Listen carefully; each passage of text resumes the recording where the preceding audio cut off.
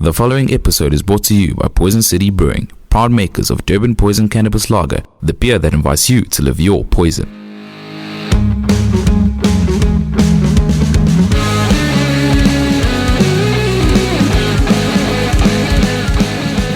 How's it going, ladies and gentlemen? You got myself, CP's Wani. I'm backing in with another episode of Sludge Underground, and this is a super special episode. I know I say it every single time, but this time it is our first time, having a band member, sort of like a single band member. So this is really dope, and I'm gonna let him introduce himself before we go any further, and we're just basically gonna take it from there. How's it going, bro? Hey, CP, what's happening, bro? Hey, man, everything is my good. Name's Durran. I'm a guitarist for Manuvah to Land. That's basically the short version of it. That is solid, bro. And, basically, as I said, before we started the show, that I did receive some content and stuff, and I was reading up, and I saw that, Manuvah to Land is a local band. Sludge Underground is obviously also based in KZN, and I know that you guys are based in KZN as well. So, talk me through where this thing all started, basically. Where in KZN are you guys from exactly, and how long ago did the band start? Okay, so first off, we're based in Warner Beach, which is just like about 5 k's past Mams and Toady, and about 20 k's out of Durban down the south coast. And it all kicked off in about 2007. So quite a while. We've been like a group for a good 13 years, I guess. Dude, that is a very long time, bro. And when you mention Toti, you make me think of one of the bands that we've had on, bands like South Wolves, and also one of the guys from Mouses. One of the guys from Mouse is also from there. Being from that area, how is sort of the music scene, down there? The music scene in Toti, it always surprises me how many bands come from Toti. Like, I just think back at one stage when we were doing like the rounds and performing in Durban and that, there was one gig in particular where I think 3 out of the 5 bands or 4 out of the 5 bands were all guys I knew from Toti that were performing. So there is quite a good like vibe coming from here, And how would you say everything sort of is when we look at the fact that, in Durban, we've got a lack of sort of venues to play at, recently it's just been the Winston, and sort of, is it sort of a similar situation, down the South Coast, or what's it sort of looking like in that aspect? So one thing that I do remember when, say, 2009, somewhere around there, in Durban, there weren't that many venues to perform at either, but there were still gigs. There was like I can't remember all the exact names of all the people who used to organize them, but they would just hire a venue or a sports club or something and just get bands to perform it. There weren't like bars and like Live the Venue. Live the Venue came up and also fell to the wayside. So the Winston's like the true place for bands, but we kind of, down here in Toti, we kind of do it that way still. We'll just get a bar and get a couple of the local guys together, and sometimes get guys from Durban or Pietermaritzburg or wherever to come down here and perform with us. And then just hit a Facebook sort of thing, and people just rock up. It's kind of old school in that sense, but I find that people prefer and more likely are to support those kind of underground parties than go to like normal established pubs and clubs, Yeah, no, that is very solid, bro. And just sort of now looking at you, being sort of the lead guitarist of Manuvah to Land, walk me through where it all started for you, the whole process of actually playing guitar, and where did this sort of love for it sort of stem from?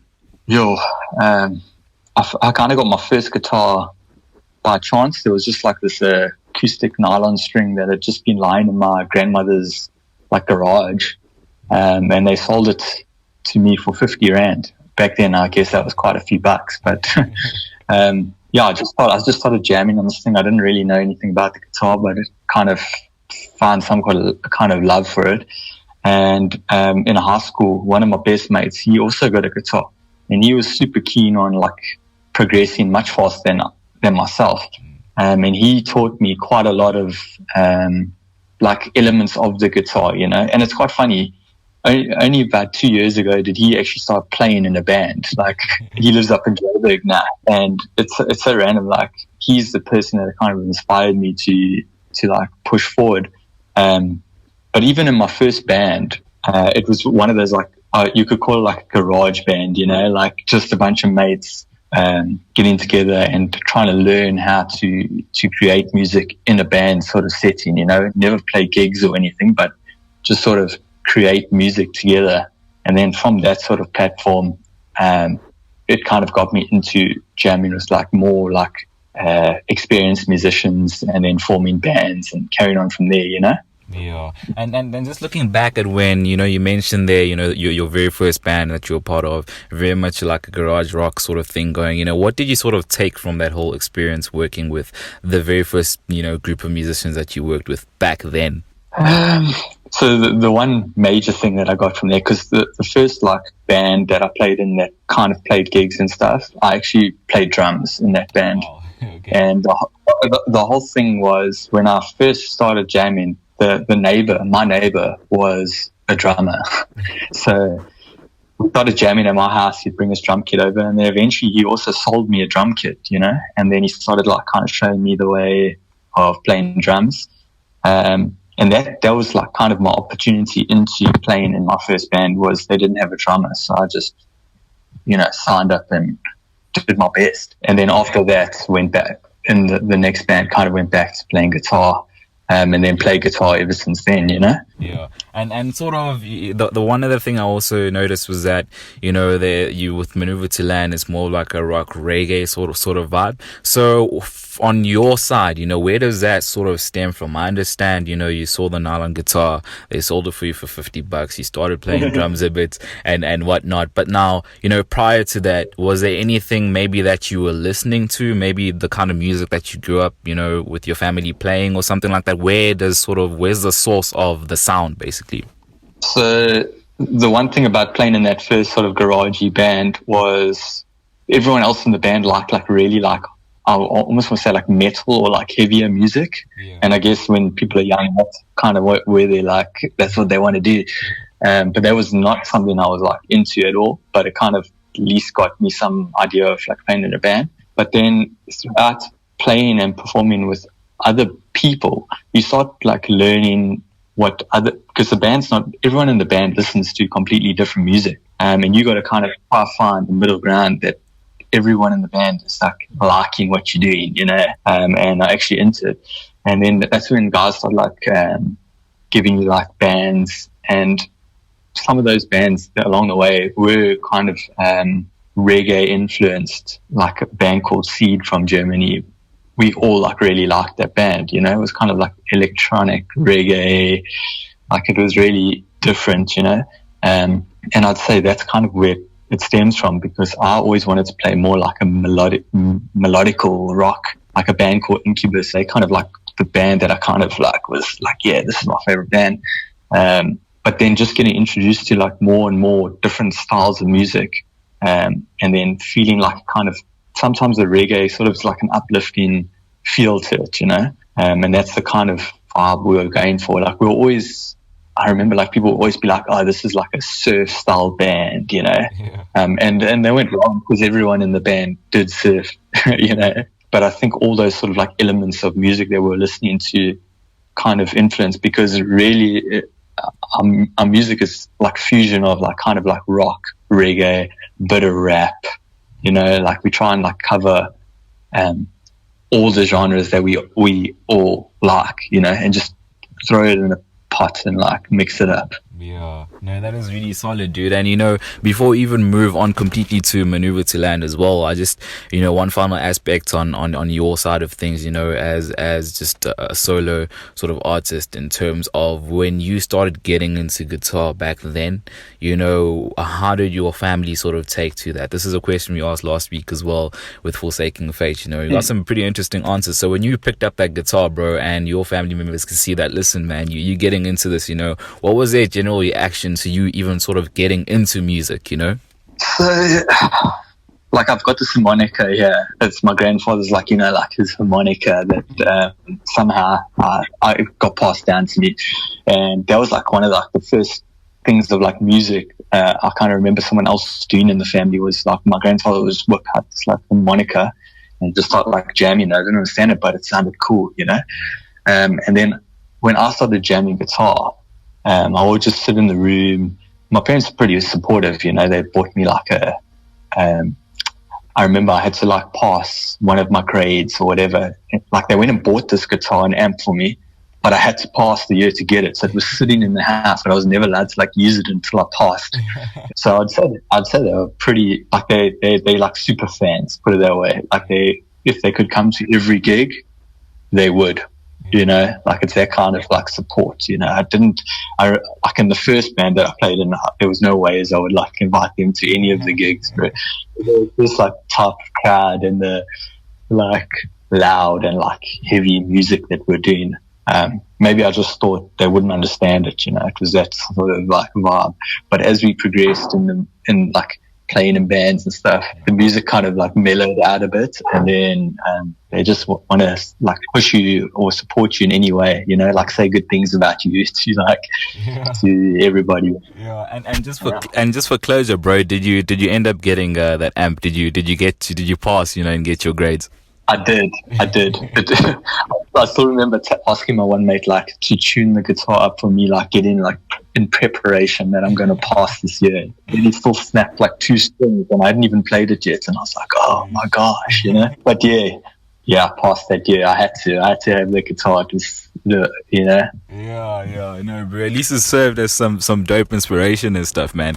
And I wish there was things like that to push you in life, eh? Something always waiting for you, like a power. Within reach, yeah, bro. And now looking at the band, you know, just let me in on how you guys all sort of met each other. You did mention, you know, when we first started that you guys are from sort of, you know, different places within the South Coast, I think you said. And sort of, you know, how did you guys meet, bro? So that first band that I started playing and then performing shows happened to be kind of the connection to the next step of kind of Manuvah Land, like coming together. The lead singer had just moved back from Cape Town, and he had gone surfing and met this other guy, Grant, the drummer, in the water. And obviously they kind of knew each other via like the musical or like jamming or whatever. And the drummer just said to Jason, like, are you keen to come and jam, you know, like to meet up and have like a session?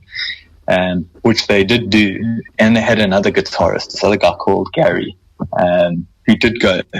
But then my mate said to me, Jason, the singer, I wouldn't say we were like close mates, but we had mutual mates and whatever. So he kind of knew that I was playing guitar and stuff. And he just phoned me up and said, look, I'm going to this practice tonight, so you keen to pull in? So I was like, oh, okay, like not thinking anything of it.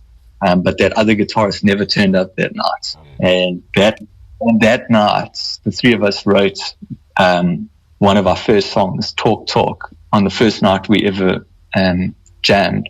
And that's like one of the songs that I kind of like always jammed that song since that first time, you know. So it was like almost a like chemistry of like it just worked somehow. And then we played a 3-piece without a bassist for like a year, and eventually we got this like cool gig at a local flea market that one of the guys knew, and they were like, yeah, can you just come like do some live music? And we're like, well, we don't know, we'll just do our best. So we got this other guy, Mark Roscoe, to pull in and play the bass. And that kind of forced us to like take the next step now. Like, look, we like a band now. We've got to, you know, we need to get out there. So yeah, from that point, that's actually when the band started taking things seriously and like trying to get gigs. And trust me, a couple of those first few gigs were not that amazing, but we slowly like pushed on and progressed and found like our style, our like genre. And yeah, that was kind of like the whole beginning. And it's very interesting that you mentioned Talk there. You know, it's actually quite incredible that, you know, the very first band, it's sort of like the stars were aligned, considering the other guitarists didn't come through, and then on the first night you guys wrote Talk. Tell me a bit more about Talk. You know, how did you guys sort of get that song together in one practice, more especially your first ever practice, bro? So it's kind of a simple song in the sense that what I play is kind of like a loop melody. So I'd probably spent like 3 weeks writing this like guitar piece. Like I was like super proud of this like guitar piece. So obviously the first thing I want to like play is this like guitar piece, you know, to like show the guys, like, check what I can do. And the drummer just came with like this straightforward, like almost like a hip hop beat to that like loop. And Jason's quite a good lyricist, so he just started like, I don't know if he had pre-written those or had those words somewhere in his head, because there's like a rap section in that song, which I knew he prior did have. But yeah, he basically just started singing these like lyrics, and yeah, we smashed it out. Like it's probably like a 4-minute track, and every word for word was written that night. So yeah, just like you said, the bars were aligned, bro. Everybody listen, nobody satisfied. Got nothing in there, stars in your eyes.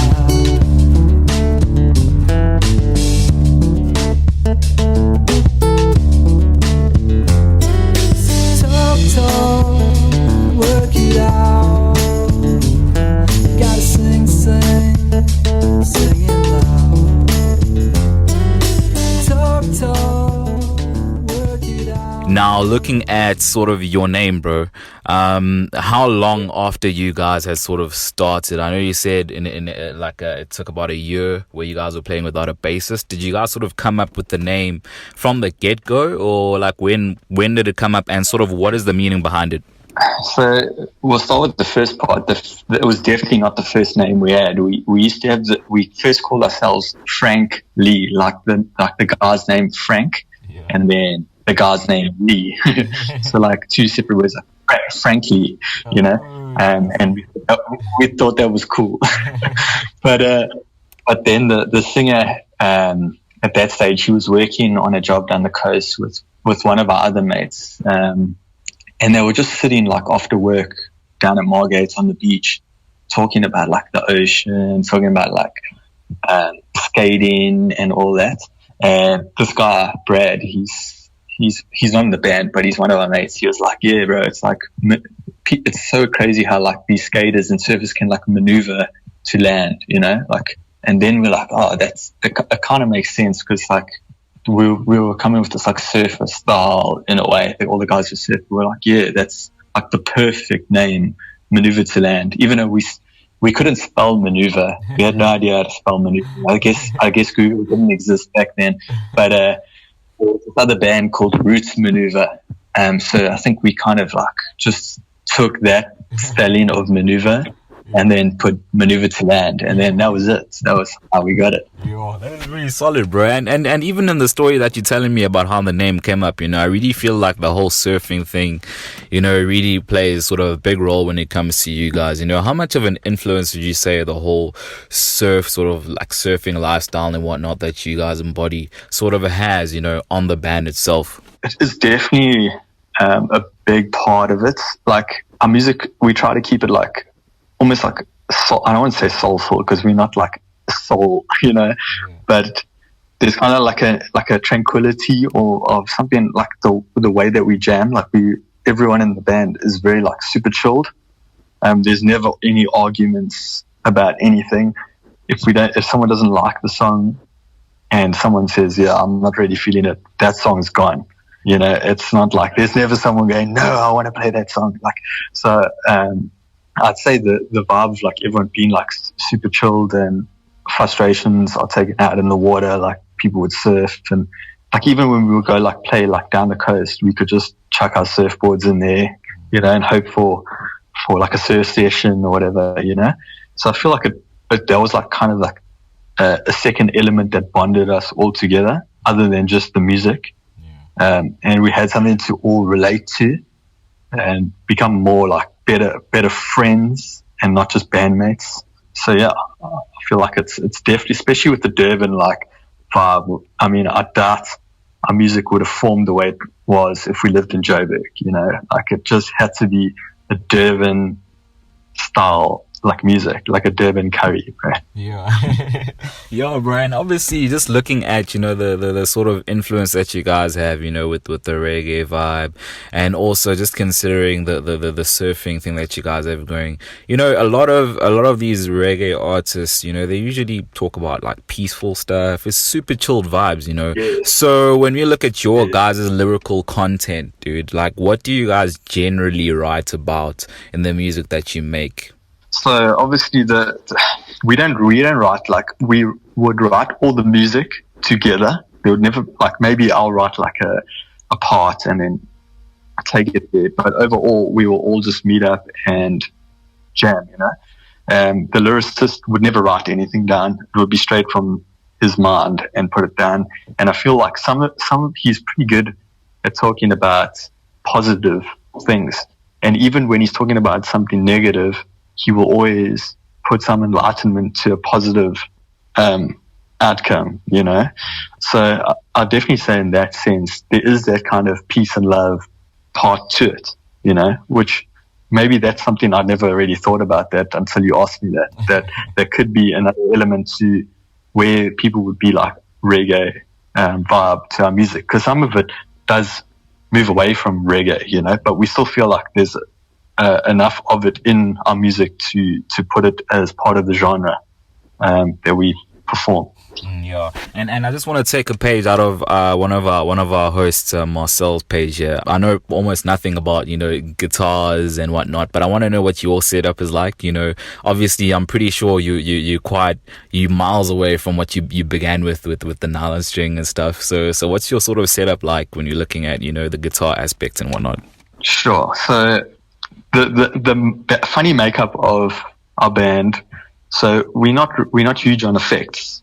So you're not going to find like a huge, you're not going to find pedals and stuff like that. It's kind of like the sound that we've put together and created, almost clean. So you will hear some tracks have a little bit more like distortion or something in them, but the majority of the stuff that we write is very clean. So I actually perform, which is unusual, but I perform on an Ovation guitar, which is almost like an acoustic guitar. Acoustic electric style, where I would jam more like a warm tone on that. So you're getting like a balance between the bass and the electric guitar. I'm kind of like fully in that gap, where the guitarist would always play sort of like up-picked reggae. You could kind of like take it towards like some sort of like Bob Marley, like kind of like smooth up-picking like reggae guitar. That's kind of what he would be doing on his sort of electric guitar.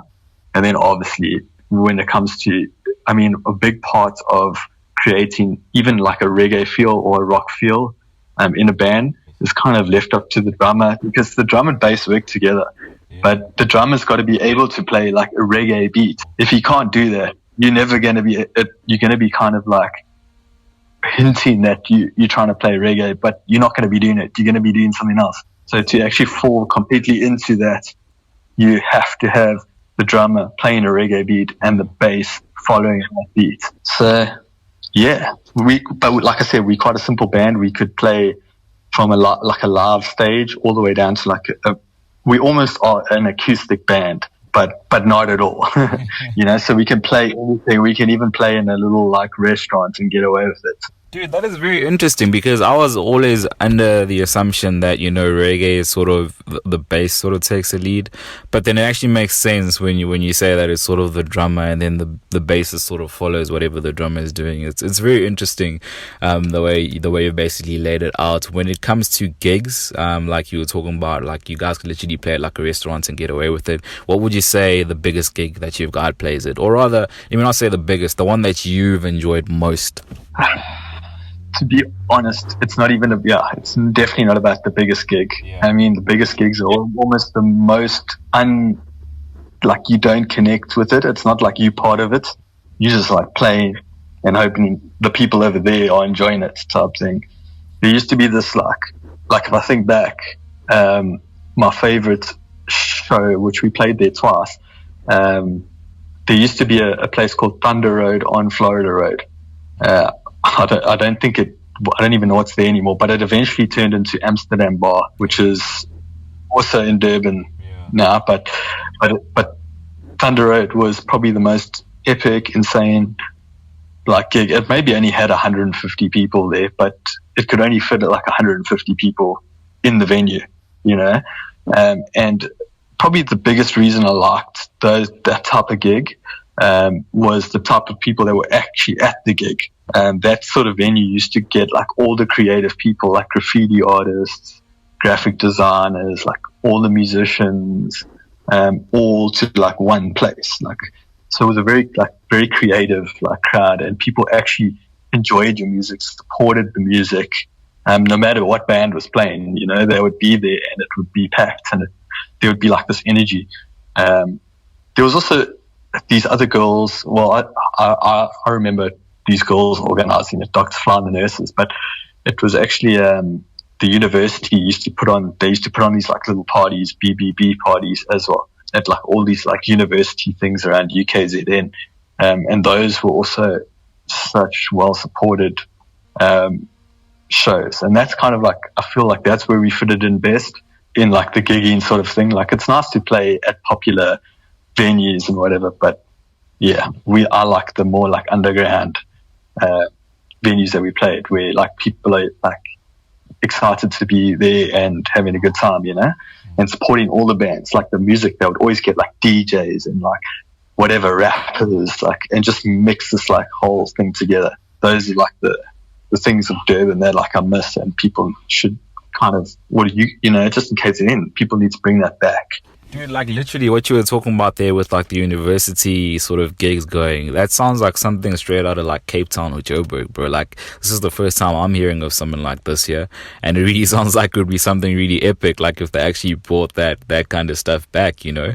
So it's very, it's just, they need people that want to organize it though. That's the I mean, if someone's willing to spend time and put it together, the bands, Durban has so many good bands, and they have nowhere to play. That's why, underground stuff needs to happen, and people will support it. You know, it'll be slow in the beginning, but it will come alive. Yeah, definitely. And just looking at the whole gigging aspect, you know, we've been hit with this pandemic that we're faced with. So how have you guys sort of been engaging with your fans? So I don't know if you saw that, but our singer has relocated to Australia now. So we kind of like doing more like, I want to say like home studio sort of stuff, and like creating music in a different sense, something that we hadn't done before. Like, we're such a live band, and we used to like getting in a room together and writing music like that, where that is obviously like changed the thing. Like, I've played in, also during this period, I play in other bands, you know, and even so, we've kind of, I don't know how to explain it, but I feel like the musical community of like the entire world is the same at the moment because of this pandemic sort of thing. It's like put every musician, no matter how famous you are or how unfamous you are, if you can make music in your room and record it and make a video or whatever and put it on the internet, everyone has a sort of like a level playing ground now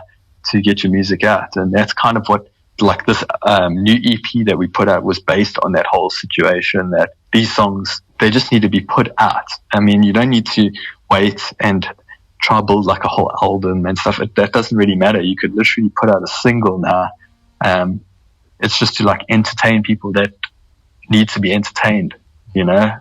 I find like a lot of, we had like on the first album that we did, we had like a lot of support, and people like identified with it. Maybe it was like the time that we wrote the music and we're performing those gigs and stuff like that, and those people that were coming to them were growing up, like, you know, like going into the jaw sort of vibes, and there's like some sort of nostalgia to like that time.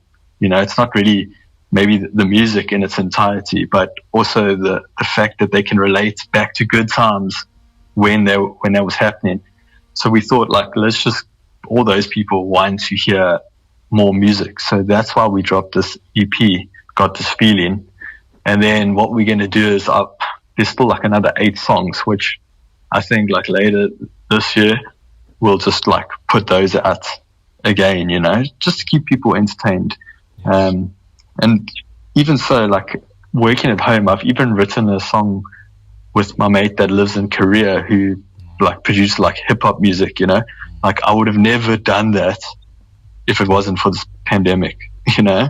It just gave us that time to collaborate and so on. And maybe that's what we all need to do, even especially like South African musicians need to collaborate more, you know. Yeah, definitely, bro. Now, the EP, tell me about it, bro.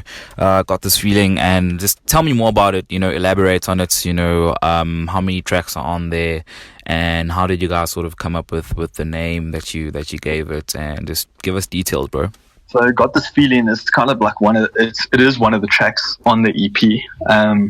I just felt like the first album was called Easy Living, you know, so a good follow-up to Easy Living will be Got This Feeling.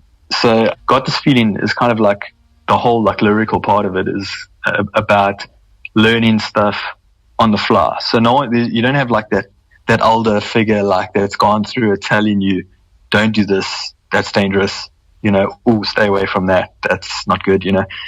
It's more about making the mistakes and getting that gut feeling that's, you know, that's wrong, or yeah, I'm enjoying that, that's a good feeling, or that's a bad feeling. It's basically about that. That's like what the entirety of the song is about, you know. And then moving on from that track, one of our tracks that we put on there, we did two versions of it. One is more like a rocky, like someone put it best, it's kind of like a early 2000s, like kind of like rock style in a way. You know, we've got a female vocalist to do some backup and stuff on that one. And one song can be so different, you know, so both those tracks had to go on there. And even, you know, the one Follow is kind of like a reggae feel to it. And it's kind of just a happy-go-lucky track. But the most schizo track on there is probably Indestructible. That track, we've really taken the ability to take three completely different genres and push them into one song. So you're going from like this like hillbilly rock to reggae and all those sort of like genres in one track. So we really try to mix it up in the songs and not just have like one type of style in this like EP. The next songs that we'll put out they all are pretty much on the same level and more an acoustic sound to them. So this was a nice like experimental EP. And how have the people sort of been receiving, you know, Got This Feeling, you know, what sort of feedback have you guys gotten for it? I think a lot of people are really stoked just to get more music on streaming platforms from us, because we weren't very good at like putting like a collective of tracks out again. We'll just like put one out here and put one out there. So the people have really been responding in like a great way, and we can already see from the streams that it's picking up momentum now. Like we basically dropped that EP in the heart of the pandemic, you know. Yeah. And now doing all these like podcasts and chatting to blogs, you can see the response is great, and a lot of people have listed like our tracks. We've sent them to a couple of radio stations and we've got them playlisted. So we're just trying to cross borders. Like that is our main thing. We want our music to be heard in different countries and not just be that's the one mistake we made when we were like a young band, is we only focused on Facebook because we thought those people who followed us on Facebook were the people that we had to like chat to and like keep in contact, and you know, but it's not about that anymore. It's about getting out to the entire world. You know, there's all these streaming platforms that we never took advantage of, and we are doing that now. And I think a lot of young bands don't realize that either, and I think they need to get into that, you know, and get someone like my friend Llewellyn, who spends his time, like he manages a lot of bands, so he understands that we're all in the same situation, and he knows how to email people and get responses. And bands need to, I mean, there's always like one guy in a band that does like all the like social media and all that. Yeah. And it's a lot of work for that guy to try and communicate with like their community, no matter what it is, you know.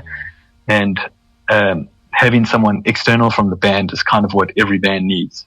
That's where you find someone who actually likes music and is willing to take you to get to those places and try get on platforms in Germany and stuff. That's where your music actually grows, and will allow you to have more, I don't know how to say this, but just more like interaction, you know?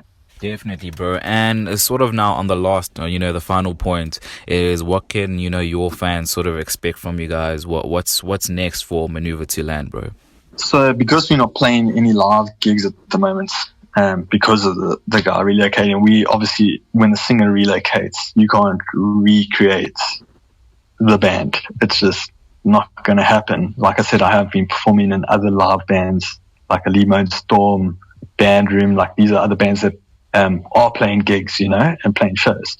But with Manuvah to Land, I feel like the people that support us are already all over the world. Like everyone's living in England and in Australia and America. These are all our friends and supporters, and they can't even come to live gigs. So it is going to be created on making music between us, recording on computers and putting it out best we can on all streaming platforms, and just trying to grow in a different way, not to say that like in the future the band isn't back together and we haven't let it die and sizzle out. We put a lot of time. We spent countless hours playing gigs, practicing. So you don't want to just let that go away in vain. And I think a lot of people do. You see a lot of South African bands coming back now that probably hadn't performed for like the last 10 or 20 years, and suddenly they're now coming out again with new albums and stuff. We don't want that to be us. We would like to just keep pushing forward and see where things go. No, that is very solid, bro. Listen, man, I've had a really incredible time chatting to you, bro. Just from where everything began all the way to, the success of Manuvah to Land and whatnot. And, just quickly before we close out, let the people know where they can get in touch with you and all the band details, where the EP is available and all that there, bro. Sweet. So if you want to take a listen to our music, you're going to find it on, it's pretty much everywhere. It was released on CD Baby, so they've put it on Spotify, Deezer, iTunes, YouTube Music. It's literally on like 30 platforms. If you can't type in MANUVAH to Land and not find something about Manuvah to Land, then you weren't looking very hard, because it will come up. There's lots of stuff out there. If you want to give us a follow and see what's happening on the Manuvah to Land side, we got Facebook and we've got Instagram. You'll find it on Manuvah to Land straight on Facebook and Manuvah to Land official on Instagram. Those are the two main platforms that we focusing on using at the moment. And yeah, we're always trying to get out some new content and chatting about the music. And yeah, if there's anything people want to know about music that's like sort of like, struggling to get into the music industry, or just want to know anything, they must drop us a message, because like I said, there's people out there that can help those bands get to where they want to be. They don't just need to sit in the bedroom and sing to the dog. No, that is perfect, bro. And any shout outs before we close out the show? Shout out to you and the CP. It was cool to meet you, bro. I hope we meet again. And then to my friend Llewellyn Screen, that's who everyone should get in contact with, because he's doing some great stuff for local music with Hometown Vibes as well. He's trying to kind of do what you're doing, really just get people aware of what talent we have here. I mean, bands are nothing without people wanting to help promote them. I mean, that's it. Otherwise, shout out to just everyone for the support, all the mates and all that through all the years who just would travel like kilometers just to come watch us play. Oh, well, that's solid, Durran, bro. Yo, it was definitely epic meeting you too as well, bro. And I really do hope this isn't the last time we interact. And from your description earlier, bro, I was really intrigued by what you said about how you described Indestructible, I think is what you called it. So I think it would be best. I think it would be best that we close out with that track because, yeah, man, I feel like with how you're explaining it, it's really solid. So yeah, I'm gonna be closing out the show, guys. Thank you for tuning in. You can catch this episode on Apple Music. Apple Podcasts, my bad. You can catch it on Spotify. We are Sludge Underground on Apple Podcasts. We are Sludge Underground Podcast, and on SoundCloud, Sludge Underground. Facebook, we are Sludge Underground. Instagram at Sludge Underground, and Twitter at Sludge031. And yeah, guys, get in touch with us. I am Zwane031 at Zwane031 and everything. And yeah, it's been Durran from Manuvah to Land. Thank you so much, bro, for joining me on the show. I really appreciate it. Shout out to Llewellyn as well for arranging it. And yo, guys, flip until next time. It's Indestructible by Manuvah to Land. Enjoy.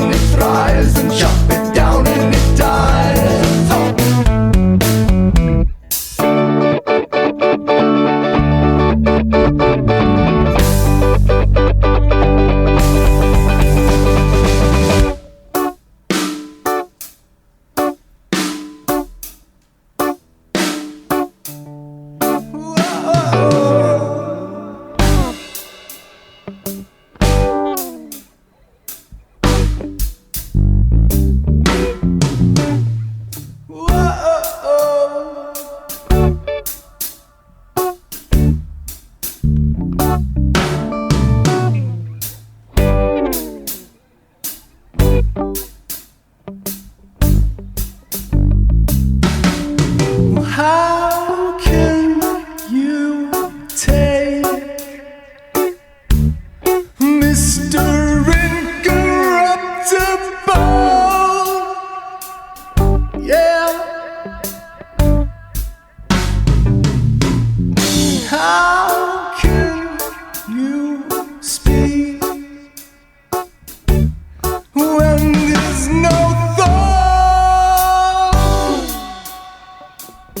Oh.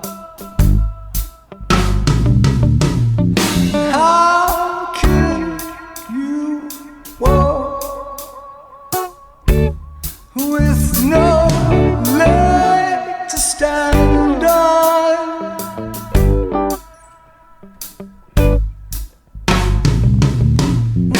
How